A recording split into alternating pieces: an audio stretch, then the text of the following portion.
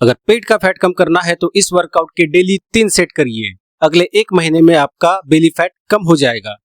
अगर आपको side fat कम करना है तो इस वर्कआउट को डेली 30 मिनट करिए। 1 महीने में आपका साइड फैट कम हो जाएगा। आई एम श्योर आपने ऐसे वीडियोस इंटरनेट पे बहुत देखे होंगे। बेली फैट कम करने के लिए क्रंचेस करना या फिर डबल चिन कम करने के लिए च्युइंगम को चबाना, ऐसे बहुत से वायरल वीडियोस इंटरनेट पे आज भी लोग फॉरवर्ड करते हैं। एब्स के वर्कआउट जैसे क्रंचेस करने से बेली फैट कम करना या फिर आर्म्स की एक्सरसाइजेस करके आर्म का फैट कम करना, ये सुनने में तो बहुत लॉजिकल लगता है, लेकिन हमारी बॉडी ऐसे काम नहीं करती। किसी पर्टिकुलर मसल का वर्कआउट करके उस पर्टिकुलर मसल के ऊपर का जो फैट होता है उस फैट को कम करने की प्रोसेस को स्पॉट रिडक्शन कहते हैं।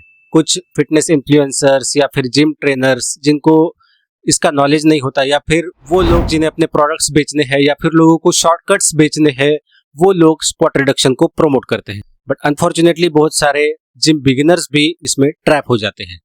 Hi everyone, I am doctor Venkatesh और आज की वीडियो में हम जानेंगे स्पॉट रिडक्शन के बारे में। क्या होता है स्पॉट रिडक्शन के बारे में साइंस क्या कहता है और कैसे हम एक सस्टेनेबल वे में फैट लॉस कर सकते हैं। इस वीडियो के एंड तक आपको समझ में आ जाएगा कि हम इस साइंस का यूज करके कैसे सस्टेनेबल वे में फैट लॉस कर सकते हैं। पहले तो ये समझ लेते हैं कि स्पॉट रिडक्शन क्या होता है। किसी पर्टिकुलर एरिया की एक्सरसाइज करके उस पर्टिकुलर एरिया का फैट कम करने की प्रोसेस को स्पॉट रिडक्शन कहते हैं। जैसे अगर हम क्रंचेस करते हैं तो जो भी फैट हमारे बेली के अराउंड है उस फैट को कम करना, या फिर चेस्ट प्रेसेस करके चेस्ट के अराउंड जो फैट है वो फैट कम करने की प्रोसेस को स्पॉट रिडक्शन कहते हैं। सुनने में तो ये लॉजिकल लगता है कि उस पर्टिकुलर मसल को ट्रेन करो, जो मसल ट्रेन करने के लिए जो एनर्जी यूज होती है वो एनर्जी उस मसल के ऊपर जो भी फैट होता है उस फैट से यूज की जाएगी, जिससे फैट भी कम होगा और मसल भी बिल्ड होगी। लेकिन हमारी बॉडी ऐसे काम नहीं करती। इसे समझने के लिए पहले हमें यह समझना होगा कि हमारी बॉडी फैट स्टोर कैसे करती है और फैट को बर्न कैसे करती है। तो जब भी हम खाना खाते हैं, हमारी जरूरत से ज्यादा कैलोरीज खाते हैं या फिर हमें जितनी एनर्जी की जरूरत है उससे ज्यादा एनर्जी हम कंज्यूम करते हैं, तो जो भी एक्सेस एनर्जी होती है या कैलोरी सरप्लस होता है वो एक्सेस एनर्जी हमारे बॉडी में एडिपोज टिश्यू में स्टोर होती है। एडिपोज टिश्यू में फैट के फॉर्म में स्टोर होती है, मोर स्पेसिफिकली ट्राइग्लिसराइड के फॉर्म में स्टोर होती है। तो जो भी ये फैट हमारी बॉडी में स्टोर होता है ये 2 जगह पे स्टोर होता है। स्किन के एग्जैक्टली नीचे जो फैट स्टोर होता है उसे सबक्यूटेनियस फैट कहा जाता है, और हमारे जो मेजर ऑर्गन्स होते हैं जैसे लीवर, स्प्लीन, किडनी, उसके अराउंड जो फैट स्टोर होता है उसे विसरल फैट कहते हैं। तो ये जो फैट हमारी बॉडी में स्टोर होता है वो कहाँ पे स्टोर होगा ये पर्सन टू पर्सन वैरी करता है। किसी किसी में ये बेली के अराउंड जमा होता है, किसी किसी में ये लोअर बैक के अराउंड जमा होता है, तो किसी किसी में ये थाई के अराउंड जमा होता है। तो ये फैट हमारी बॉडी कहाँ स्टोर करेगी ये हम डिसाइड नहीं कर सकते। इसको डिसाइड करने के लिए मल्टीपल फैक्टर्स होते हैं जिसके बारे में हम आगे बात करेंगे। पहला तो होता है जेनेटिक्स। 2 लोग जिनका एपेटाइट सेम है, एक ही टाइप की डाइट लेते हैं, जिनका बॉडी वेट भी सेम है, दोनों का हाइट भी सेम है, या फिर एक्टिविटी लेवल भी सेम है, उन लोगों में भी फैट का डिस्ट्रीब्यूशन अलग अलग रहेगा क्योंकि उन दोनों का जेनेटिक्स अलग है। तो हमारे जीन्स डिसाइड करते हैं कि हमारी बॉडी में फैट को कहाँ पे स्टोर करना है। सेकेंड होता है हार्मोन्स। हार्मोन्स बॉडी में ट्रैफिक पुलिस की तरह काम करते हैं, वो फैट्स को डायरेक्शन दिखाते हैं।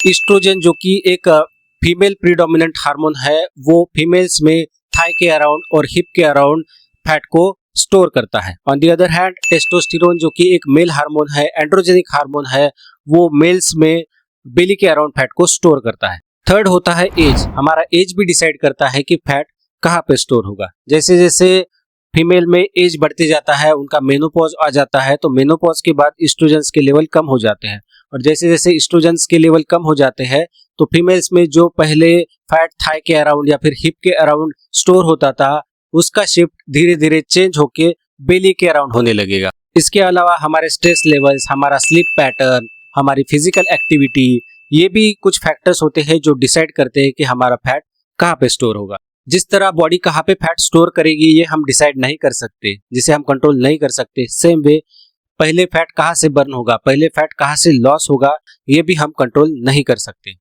इमेजिन करिए कि फैट लॉस कर रहे हैं। फैट लॉस के लिए आप रेगुलर वर्कआउट्स कर रहे हैं, एक प्रॉपर न्यूट्रिशियस डाइट ले रहे हैं, आप कैलोरी डेफिसिट में है, तो जैसे जैसे आप फैट लॉस की प्रोसेस में आगे बढ़ते जाएंगे वैसे वैसे आपके बॉडी का फैट कम होते जाएगा, लेकिन ये हम डिसाइड नहीं कर सकते कि कौन सी एरिया का फैट पहले कम होगा।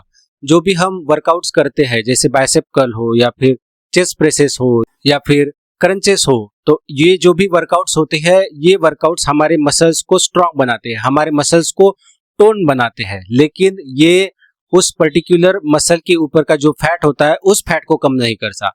ये जो भी हमारा फैट लॉस होता है ये ओवरऑल बॉडी से होता है, ना कि पर्टिकुलर एरिया से। अगर बात करते हैं साइंटिफिक स्टडीज की, तो मल्टीपल स्टडीज ऑलरेडी प्रूव कर चुकी है कि स्पॉट रिडक्शन पॉसिबल नहीं है, लेकिन कुछ स्टडीज है जो ये क्लेम करती है कि स्पॉट रिडक्शन पॉसिबल है, जैसे 2019 की एक स्टडी या फिर 2017 की एक स्टडी। लेकिन इन स्टडीज का ड्रॉबैक ये है कि ये जो स्टडीज की गई है ये बहुत ही कम लोगों पे की गई है। जो सैंपल साइज इन स्टडीज का था वो था 10 से 20, यानी सिर्फ 10 से 20 लोगों ने इस स्टडी में पार्टिसिपेट किया था। तो ये 10 से 20 लोग पूरी पॉपुलेशन को रिप्रेजेंट नहीं करते। सेकेंड थिंग, ये स्टडीज बहुत ही कम समय के लिए कंडक्ट की गई थी, 10 to 12 वीक्स के लिए।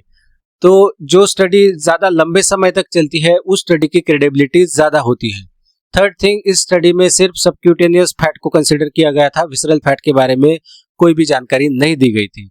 And the fourth thing is लोगों के न्यूट्रिशन के बारे में, वो कैलोरी डेफिसिट में है या फिर नहीं है, इसके बारे में भी कोई क्लियर आइडिया नहीं था। सो स्पॉट रिडक्शन एक्चुअली में काम करता है ये प्रूव करने के लिए हमें और लॉन्ग टर्म स्टडीज की जरूरत है, जिसका सैंपल साइज हमारे पॉपुलेशन को रिप्रेजेंट करे या फिर जो लंबे समय तक चले। साइंस की बात छोड़ दो, स्टडीज की बात छोड़ दो, अगर स्पॉट रिडक्शन एक्चुअली में पॉसिबल होता तो आपके जिम में आपको बहुत से ऐसे लोग दिखते हैं जिनका डबल चिन है और सिक्स पैक एब्स है, या फिर जिनके चेस्ट के अराउंड बहुत सारा फैट है और सिक्स पैक एब्स है।